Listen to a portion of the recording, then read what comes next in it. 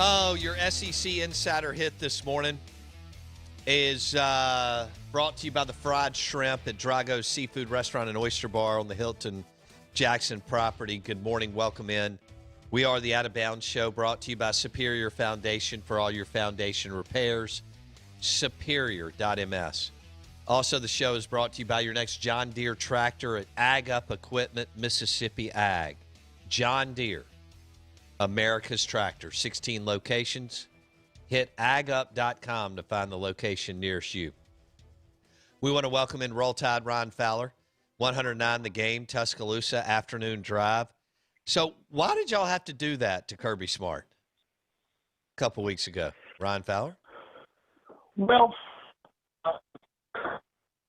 in Alabama, he took that recruiting board and showed recruits where they were really ranked in the Nick Saban system.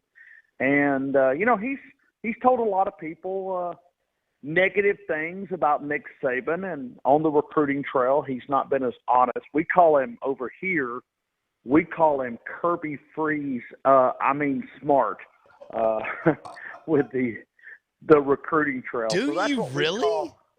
We call him Kirby Freeze, Smart.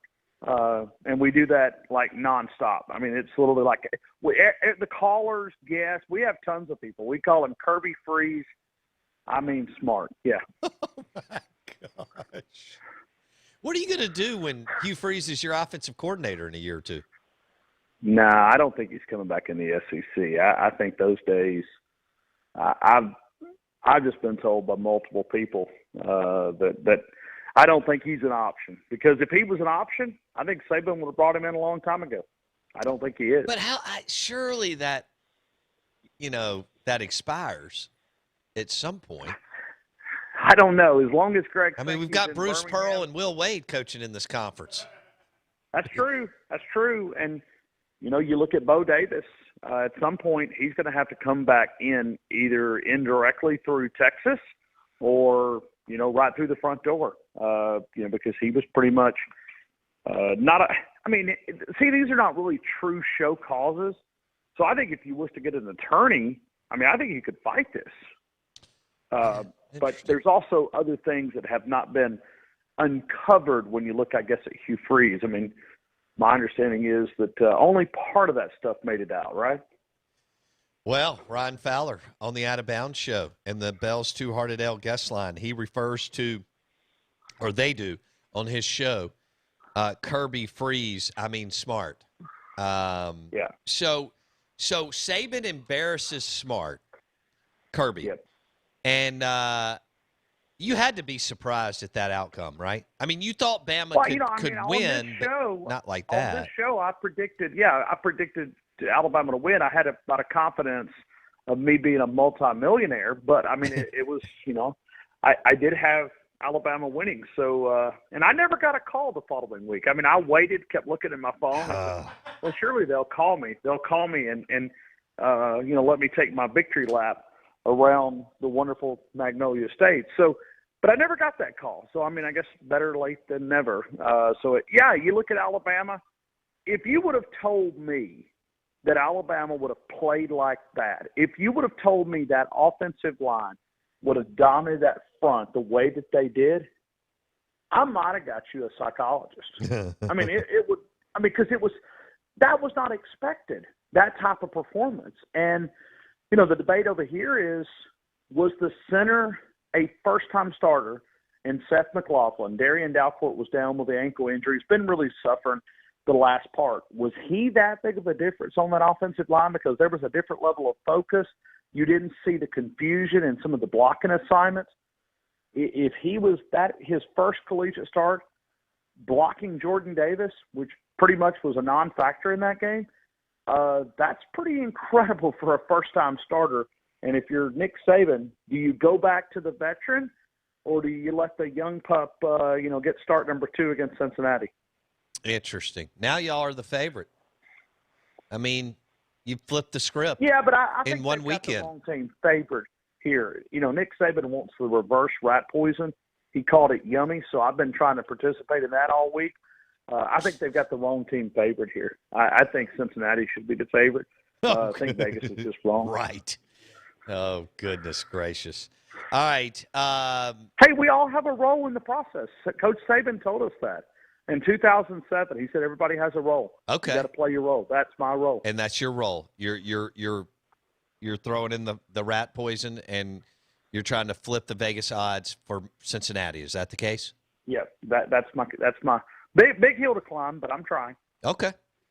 All right. Are you going to the game? I am. Yeah. We're leaving. I know it's a tough job, but somebody's got to do it. But we'll be leaving early Sunday morning, headed to Dallas, be broadcasting all week there. And it'll be a great time. The Cotton Bowl, if you've never been, I guess, is Mississippi State or Ole Miss maybe years ago that I'm just trying to think of recent memory, but if you ever get a chance to go to the Cotton Bowl, the hospitality is unreal when we're talking about from just fan experience, media hospitality. It's really incredible. I haven't been. I mean, State and Ole Miss have been, but I didn't make it. You got to go. You got to go. It's just the media hospitality is the food, everything that they do from their little media party. It's pretty crazy. I mean, they roll out the red carpet. Charlie does a great job. It's one of the best bowl experiences. And, not saying this in an arrogant way, but as an Alabama media person, I've had a chance to experience a lot of different bowls. I think the only What's your one favorite? that I think that would be, well, the Rose Bowl was great back in 2009 when you look at the way that they handled everything. But, the Cotton Bowl, because you've been there multiple times and just kind of having a chance to see it multiple times, I guess that would just be favorite experience. Now, game-wise, it's I would probably go back to the Georgia game because that game you thought it was kind of similar to the Auburn game. You just didn't think that Nick Saban was going to be able to pull Jalen Hurts if he had enough, guts to put into a Tagovailoa, and he did.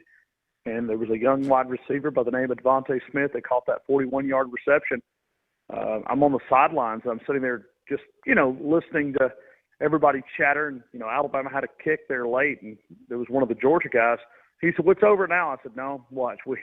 Alabama's not very good at kicking." And they were not that night. They pushed the game, and Alabama had a chance to win. And, I asked you this yesterday on my show. Mm-hmm. Kirby Smart, they didn't hire him to go win SEC Eastern championships. They fired Mark Richt, 15 years, 10 wins a season. At what point does that seat become uncomfortable? Not hot, not warm, but there's a different level of expectation. And I think the same expectation is growing out in College Station too. You got the number one recruiting class. You're paying all this money. You just spent $525 million to keep up with Alabama in your stadium renovations, and you're hiring your new coach. When do you pay off? I mean, if you invest in a mutual fund or a stock, you're not going to sit there and just let it go negative. I mean, surely they didn't do it for 7-5 and 8-4. Yeah, well, that's a great point. That's two guys that can't get the offense right, and one of them is supposed to be an offensive guy. Sometimes they're offensive on offense, but Yeah. Ryan Fowler, 109 The Game, Tuscaloosa, he joins us on the Bell's Two-Hearted L guest line. I think we're going Bama, Georgia again rematch. Do you? I think so, but the problem is let's say that Michigan can score points. Can Georgia do it against them? I'm not convinced, and this is not a shot at the young man. I think what he's done, walking on and sure. I mean, I think it's a pretty cool story with Stetson Bennett, but I'm just not convinced that he can win a championship. I'm not there yet. I think he's a really good player. And you said this. You said this yesterday, and it really stuck with me. Is Kirby Smart trying to win 2011 football? Is that what he's trying to do? And I think the one thing that you've got to have, and I'm not saying that Michigan's got a lead offense, but I think it has more potential than what's in Athens. I wouldn't be shocked if the Wolverines pull off the upset. Okay.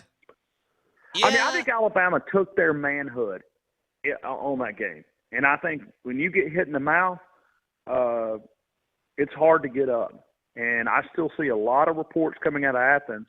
There's still Alabama's in their mind. I mean, you got to move past that loss. And did Alabama destroy their self-confidence? Like I said, I wouldn't be shocked. Listen, I think Georgia's going to win, but I wouldn't be shocked if Michigan slipped in there and beat those guys. Fair enough. Do you think Bama – I mean, obviously Bryce Young's coming back. Do you think Bama's even better next year? I do. Yeah. I thought so. Really a lot better. I mean, you look at Will Anderson, coming back, after kind of getting I'm not sure if you want to say disrespected. I mean, it's hard to get a defensive guy in there. And so when you look at, not being a Heisman finalist, I thought really he deserved it. When you look at his production, everybody in the South knows, Will Anderson and the domination that he's provided. So you get him back. And I think it will really determine who comes back from the NFL. Because one thing that if you want to talk about Alabama having kind of a so-so season is there's some juniors that probably were headed out the door not so fast. And I think the grades that they're going to get back, some of these guys are not going to be able to leave early because I don't think they're going to have that assurance that they're going to be, in that first couple of rounds. So I think you're probably going to have some difficult decisions. And if Alabama can win a couple of those and kind of re-recruit those guys back in to improve their draft status, I think this Alabama team can be, even if they lose some, the depth here is amazing at certain positions. But, you look at running back, you look at left tackle. That's a big question when you look at left tackle because Evan Neal, he's gone. But I haven't seen anything at right tackle. Chris Owens is out of here. So, but they've not felt comfortable at right tackle with any of the young guys. And normally what they do is they play those guys at right tackle for 1 year and then flip them to left. That's a big question. So they'll probably hang out a shingle and say, transfer portal. So if you got a left tackle somewhere out there, I'd probably be nervous if he was eligible to go in the transfer portal. I guess all players are now because Alabama probably needs a left tackle if they don't have one hidden on their roster somewhere. Do you think that Nick Saban and Kirby Smart are close friends or they're just cordial and respect each other? Yeah, I think they're just cordial and respectful. I think there's been some bridges that were burnt. I really do. I think I think Nick Saban respects him. And this is just me guessing. I don't have any other inside information.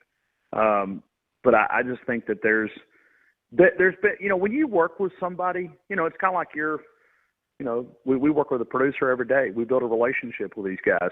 Well, at some point they're going to get out on their own, and do they respect you for helping them all the years that you did, or do they try to, stick a stake in you? And I think Kirby took that latter route, and that was something that I think it bothered some people here in Tuscaloosa that Kirby really was a dirty recruiter, using a lot of negative things about Alabama. And listen. Kirby had plenty of baggage here in Tuscaloosa. So people, I think, kind of took the high road with that and, let him settle in at Athens. Yeah, I wonder how long-term like you said, he's not close to the hot seat or warm seat, but could it get uncomfortable if he can't get there and get through Saban? And if Ohio State bounces back with C.J. Stroud and a couple other teams get their mojo back, this was a great year to go get it because we didn't think Bama was dominant. Clemson was totally off the grid. Ohio State was off the grid. There wasn't a better year to take advantage of the opportunity, right, Fowler, than for Kirby to win it this year. This was the chance. This was the chance. You had a great defense. You had great players. Look at everything. This was your chance. But then you say that in that 2017 national title game. You had Alabama dead in the water. You had them. And you could even go back to the SEC championship game where Tua got hurt. I think you could make a case that game – I've kind of come up. You remember how we use Clemsoning for the verb? You know, we changed it and said, well, you know, anytime you like let a meltdown, and we call it Clemsoning. Well, I kind of like said Kirby's going to Kirby, because at some point he's going to make mistakes. I mean, you go back to his first year, the mistake that, you know, cost them that win against Vanderbilt. So when you look at the mistakes, he's always got a coaching blunder that it just gets him in a weird situation. And the other day when I was sitting there watching the game, I looked like, you know, that he was trying to punt and then he wanted to bring his offense out there, but he was like looking around for, like, you know, Daddy Saban to help him make the decision. I mean, it was like the training wheels are off, and it's trying. Like I just saw a lot of confusion, and players read that too. I mean, Right. I'm not the only guy that watches it on television. And, you know, I thought the one thing, you know, going back to the fake punt against the 2017 National Championship game, he threw Justin Fields under the bus. I mean, he threw him under the bus in the press room. I've never heard many coaches do that. I mean, he pretty much said, hey, he didn't check out of the play, that we checked out of that play, and he didn't get the call. And if you go back to that press room, see, that was one of those that, you know, everybody was talking about the 41-yard reception. Go back and listen to the post-game press conference with Kirby. And I don't hear a lot of coaches doing that publicly. They may do it privately in a team meeting, but you don't hear them throwing somebody like that. I think Kirby's going to have a hard time, you know, getting an elite quarterback. And we talked about this yesterday.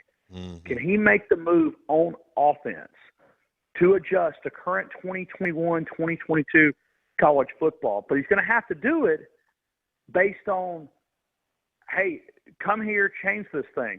Because right now, you would have to be really lacking in brain power if you went to right now to that offense as a quarterback, because you've not seen any evidence that they're going to open it up. And they can give excuses about injuries and all these different things. We've seen it for several years. They're not willing to open that offense up.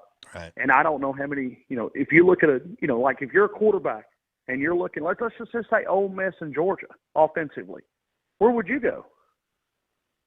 I mean, I think it'd be a no-brainer. Yeah. No, I get where you're going there. So, and of course, it's almost like we're going with the foregone conclusion that Bama's going to beat Georgia if they face off again in the championship game. Are you super confident if we get the rematch, it goes to the Roll Tide Nation?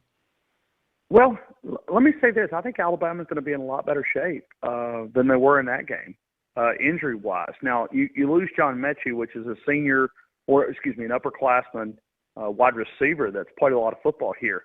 You're going to have to depend on some of those younger guys. But, you know, Rick Buheisel told me the other day, he said if there's one position you can get guys ready in a short amount of time, it's wide receiver. He said, you know, look back at the 2017 Alabama-Georgia game.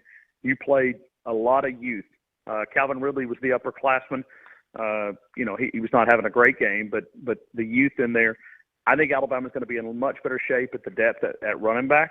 I think Brian Robinson's going to be, you know, instead of 60%, he's going to be closer to 100% because he didn't practice. He practiced a limited on Thursday with no contact. He went Monday, Tuesday, Wednesday, didn't touch a football. Thursday practiced just a little bit and was able to go against Georgia. I think he'll be about close to 100%. He'll be ready to go.